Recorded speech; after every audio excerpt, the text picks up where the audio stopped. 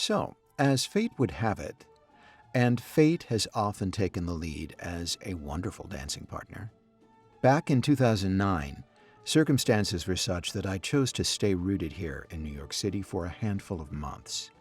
Well, little did I know that my luggage would be collecting dust for close to 10 years. Well, up until then, I counted my blessings in having had 3 years of practically perfect positioning as a Guy Friday, a perfect situation, floating through 4 floors of great people who provided me with flexibility to audition.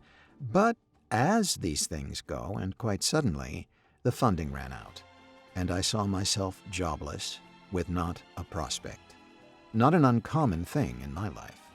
Risks taken often aren't apparent until the roof begins to cave in.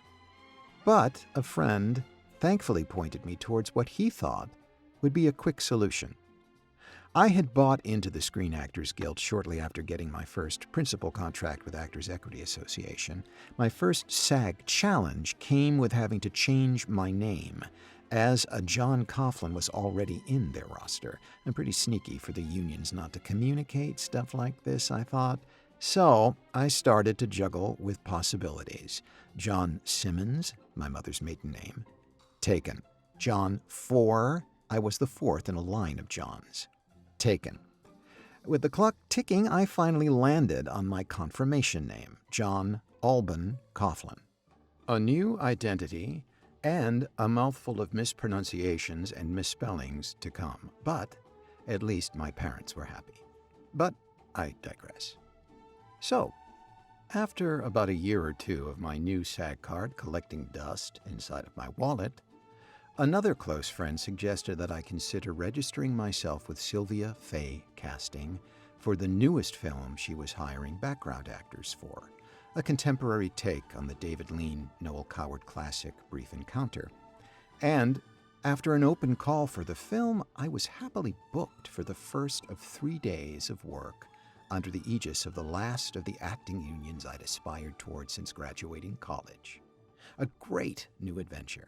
I was to report to Grand Central Station on the first designated date for an overnight shoot. I confess to being a total rube when I walked into that first location. I was mesmerized by the oddly organized mix of crazy behavior and crackerjack efficiency, and before I knew it, I found myself surrounded by about 200 other extras and told to form a line along the periphery of the station. I was handed a union voucher and ushered quickly through wardrobe, hair, and makeup until I found myself spinning in place, actually, while waiting with the entire assemblage of background actors for last looks from wardrobe. A line of Connecticut commuter cars were on the tracks before us, and it at least was nice to know that we'd most likely not be on our feet for the duration. We all held tight until a rather officious man was seen coming towards us who meticulously began a slow crawl across our colorful ranks. Well, I got a pretty keen eye for theater faces, and I knew at once that this man was Ulu Grossbard, the film's director. Once he left the lineup, we were told to quietly stay in place, and then, I guess it was the assistant director, who rather abruptly pulled both me and a young woman away from the group. I was crestfallen. All I could think of is, without knowing it, I was guilty of committing at least a venal sin, but most probably a mortal one. Mea maxima culpa. My Roman Irish Catholic guilt always rules in situations like this. So, due to my most grievous fault, I was being walked into an empty car and given a seat far afield from the woman I committed this untold crime with. 2 strangers unable to fraternize about what we'd done wrong.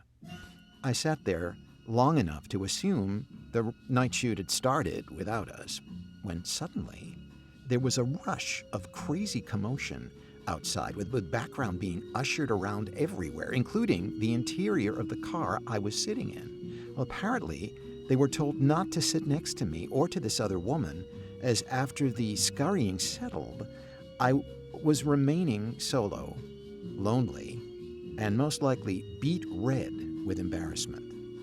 Again, a passage of time, tick-tock, until, with a small entourage of makeup and hair people preceding, she walked in and occupied the seat beside me.